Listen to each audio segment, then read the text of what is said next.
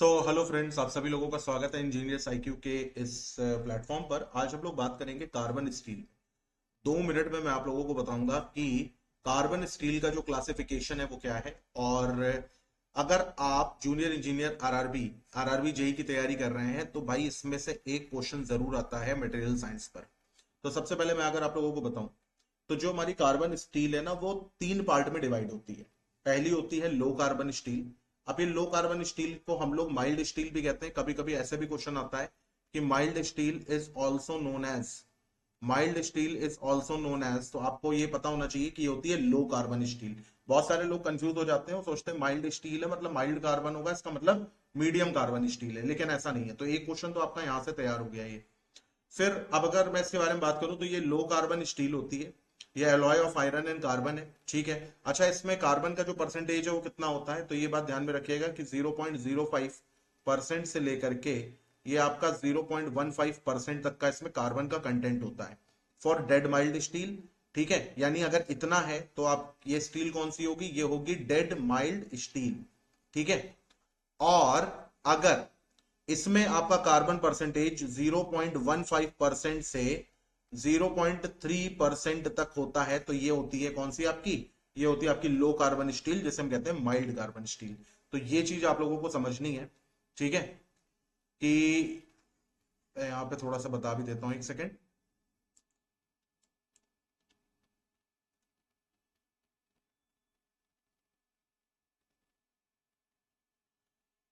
ये वैल्यू अगर आप लोगों को याद है तो फिर आपसे क्वेश्चन डायरेक्टली हो जाएंगे, ठीक है। तो ये बात समझिएगा। अगर हम डेड माइल्ड स्टील को भी कंसिडर करें, ठीक है, अगर हम डेड माइल्ड स्टील को कंसिडर करें तो ये मान करके चलिएगा कि फिर हमारे पास जो स्टील होती हैं ये 4 टाइप की हो जाती हैं। कौन कौन सी? सबसे पहले अगर मैं आपको बताऊं तो सबसे पहले जो आती है वो कौन सी आती है, तो वो आपकी आती है dead mild steel. Dead mild steel. और उसके बाद जो आती है आपके पास वो कौन सी आती है, तो वो आपकी आती है लो कार्बन स्टील, जैसे हम कहते हैं mild steel. Low carbon steel जिसे हम कहते हैं माइल्ड स्टील। दोनों के परसेंटेज फ्लक्चुएशन को आप समझिए, एक 0.05% कार्बन से लेकर के 0.15% तक का जा रहा है, और एक 0.15% से लेकर के 0.3% तक का जा रहा है, ठीक है। तो ये भी आपसे कभी कभी पूछा जाता है कि डेड माइल्ड स्टील में कार्बन परसेंटेज क्या होता है। अब ये बात ध्यान में रखिएगा क्योंकि इसमें कार्बन जो होता है वो क्या होता है, कम होता है ना। अब कार्बन किस काम आता है, कार्बन जो होता है वो क्या करता है, स्ट्रांग बनाता है, हार्ड बनाता है।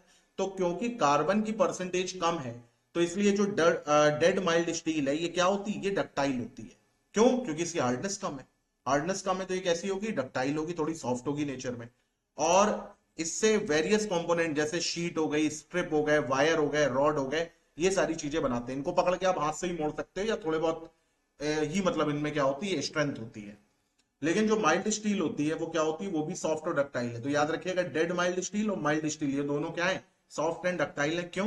क्योंकि इसमें जो कार्बन का परसेंटेज है वो क्या है, कम है, और कार्बन हार्डनेस बढ़ाता है। तो अगर हार्ड नहीं है तो फिर क्या होगा, सॉफ्ट और डक्टाइल होगा, ठीक है। अब ये बात ध्यान में रखिएगा, it is use for making various structure. तो ये आप लोगों को याद होने चाहिए कि जैसे एंगल हो गए, चैनल हो गए, बीम हो गए, रॉड हो गए, पिन हो गए, ये सब किससे बनते हैं, सब बनते हैं माइल्ड स्टील से। अब हम आते हैं, हम लोगों ने कहां पे खत्म किया था, 0.3 से। तो अब हम आते हैं किस पर, मीडियम कार्बन स्टील पर।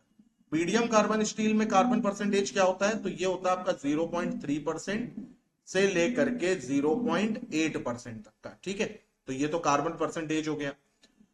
अब ये जो स्टील होती है इनमें थोड़ी बेहतर स्ट्रेंथ होती है। क्यों बेहतर स्ट्रेंथ होती है, क्योंकि कार्बन का परसेंटेज जो है वो इसमें क्या हो जाता है, इंक्रीज हो जाता है। तो अब इनमें स्ट्रेंथ, इनमें थोड़ी ताकत ज्यादा आ गई क्योंकि कार्बन बढ़ गया, ये हार्ड हो गई, ठीक है। और not very easy to shape as mild steel. Mild steel की तरह हम इनको शेप नहीं दे सकते क्योंकि इनमें डक्टिलिटी जो है वो कम हो गई है ना, हार्डनेस बढ़ी। हार्डनेस बढ़ी तो क्या हुआ, डक्टिलिटी कम हो गई। तो the hardness is slightly higher, थोड़ी सी हार्डनेस इसकी बढ़ गई, और डक्टिलिटी इसकी पुअर हो गई, ठीक है। The machine part required strength, जिन मशीन पार्ट में स्ट्रेंथ चाहिए, स्ट्रेंथ मतलब उनमें जल्दी फ्रैक्चर ना हो, तो जैसे स्प्रिंग हो गया आपका, ऑटोमोबाइल पार्ट हो गया, शाफ्ट हो गया, डाई फॉर फॉर्जिंग एटसेट्रा, ये सब किससे बनते हैं, सब मीडियम कार्बन स्टील से बनते हैं। फिर हम आते हैं हाई कार्बन स्टील पर। तो 0.3% से लेकर के 0.8 पर आए।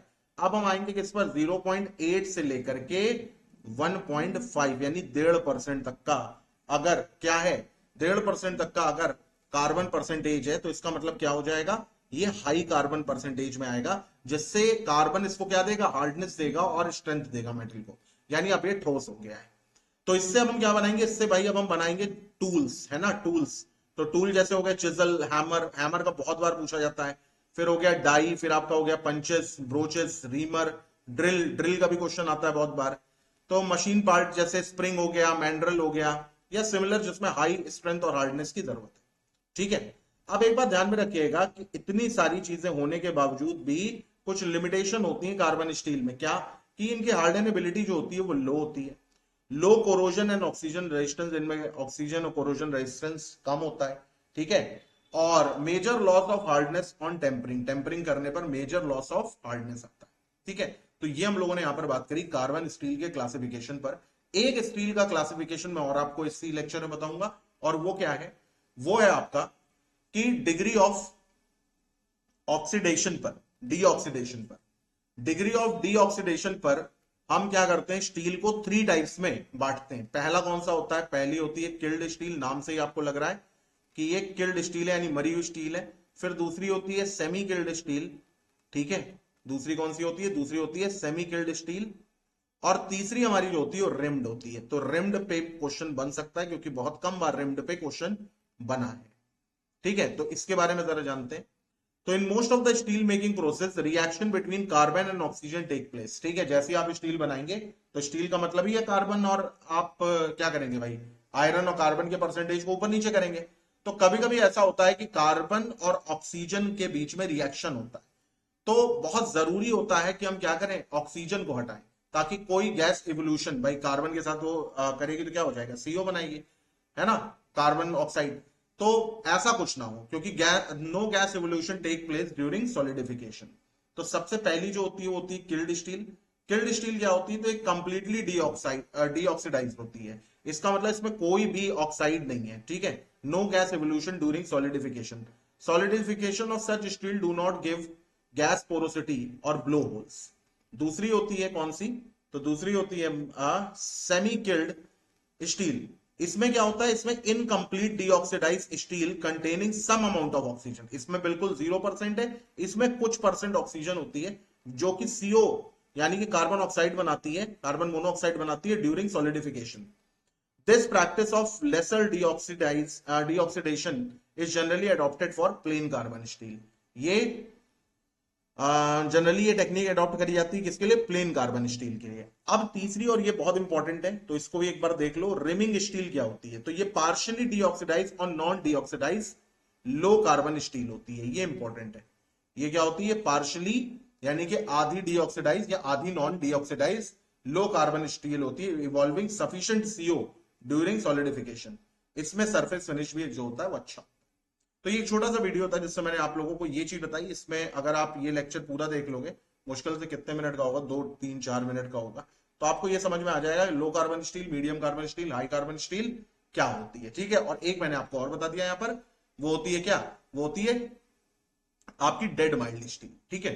तो वीडियो अच्छा लगा हो तो चैनल को सब्सक्राइब और लाइक जरूर करिएगा।